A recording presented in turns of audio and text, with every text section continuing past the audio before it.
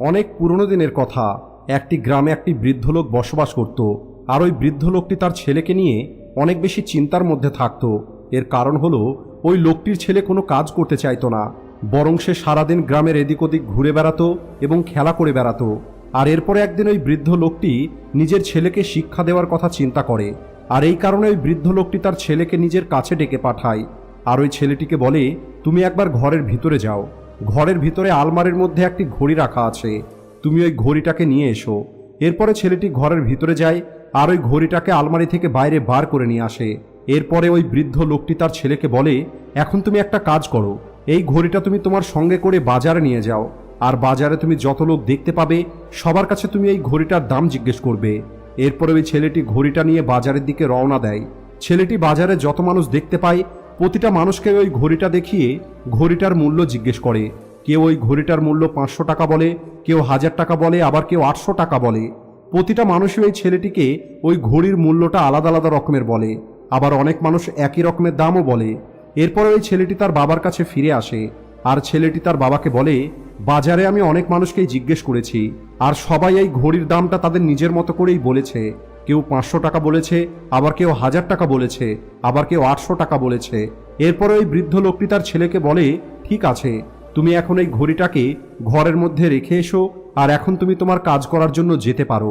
পরের দিন পুনরায় বৃদ্ধ লোকটি তার ছেলেকে ডেকে পাঠায় আর ওই ছেলেটিকে পুনরায় ওই আলমারি থেকে ঘড়িটা বাইরে নিয়ে আসতে বলে। ছেলেটি পুনরায় ঘরের ভিতরে যায় আর আলমারি থেকে ঘড়িটা নিয়ে আসে।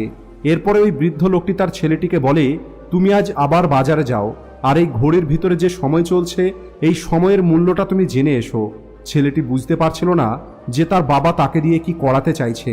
এরপরে ওই ছেলেটি অনেক মন খারাপ করে ঘড়িটা নিয়ে বাজারের দিকে যাওয়া শুরু করে আর ওই বাজারের প্রত্যেকটি মানুষকে ওই ঘড়িটা দেখিয়ে ঘড়ির ভিতরে যে সময় চলছে তার মূল্য জিজ্ঞেস করে। ছেলেটির এই প্রশ্ন শুনে মানুষের মনে হয় ছেলেটির হয়তো মানসিক কোনো সমস্যা আছে, কারণ কাল এই ছেলেটি ঘড়ির মূল্য জিজ্ঞেস করার জন্য এসেছিল আর আজ সময়ের মূল্য জিজ্ঞেস করার জন্য এসেছে। আর এটা ভেবেই অনেক মানুষ ওই ছেলেটিকে তাড়িয়ে দেয়, আবার কিছু মানুষ ওই ছেলেটিকে নিয়ে মজা ওড়ায়। এই সব কিছু দেখে ওই ছেলেটির মন খারাপ হয়ে যায় আর ছেলেটি মনে মনে ভাবে, এই সব কিছু আমার সঙ্গে কি হচ্ছে। আর সবশেষে ছেলেটি একটি বৃদ্ধ মানুষের কাছে যায়। ওই বৃদ্ধ মানুষটি তার কাজে অনেক বেশি ব্যস্ত ছিল, কিন্তু ওই বৃদ্ধ মানুষটি ছেলেটির প্রশ্ন শোনার পরেই বুঝতে পারে যে ছেলেটি তাকে কি জিজ্ঞেস করতে চাইছে। এরপরে ওই বৃদ্ধ মানুষটি নিজের একটু সময় বার করে ছেলেটিকে বলে, বেটা, এই যে সময় যার মূল্য তুমি জিজ্ঞেস করছো এর কোনো মূল্য দেওয়া সম্ভব নয়। তুমি কোটি টাকা দিয়েও তোমার জীবনের একটি সেকেন্ডও ফিরিয়ে নিয়ে আসতে পারবে না। আর এই কারণে এই সময়কে সঠিকভাবে ব্যবহার করো। সময়ের একটি ভালো দিক আছে, আবার সময়ের একটি খারাপ দিকও আছে। সময়ের খারাপ দিকটা হলো সময় প্রতিনিয়ত পার হয়ে যায়, আর সময়ের ভালো দিকটা হলো তুমি তোমার সময়কে কোন কাজে ব্যবহার করবে এটা তোমার উপরে নির্ভর করবে। প্রতিটা মানুষের কাছেই দিনে 24 ঘন্টা থাকে, একটি ধনী মানুষের কাছে আবার একটি গরিব মানুষের কাছে।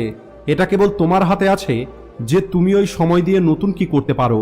তাই তোমাকে তোমার প্রতিটা মুহূর্তের হিসাব রাখতে হবে যে তুমি তোমার ওই সময়কে কোন কাজে নষ্ট করছো।